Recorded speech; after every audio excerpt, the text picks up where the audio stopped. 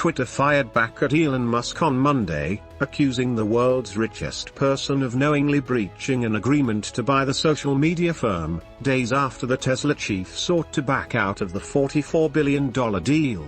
Twitter demands that Mr. Musk and the other Musk parties comply with their obligations under the agreement, including their obligations to use their respective reasonable best efforts to consummate and make effective the transactions contemplated by the agreement, the letter said.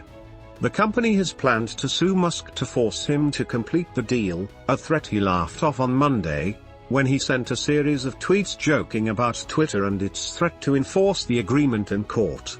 Legal experts say the 16-year-old social media company has a strong legal case against Musk, but could opt for a renegotiation or settlement instead of a long court fight.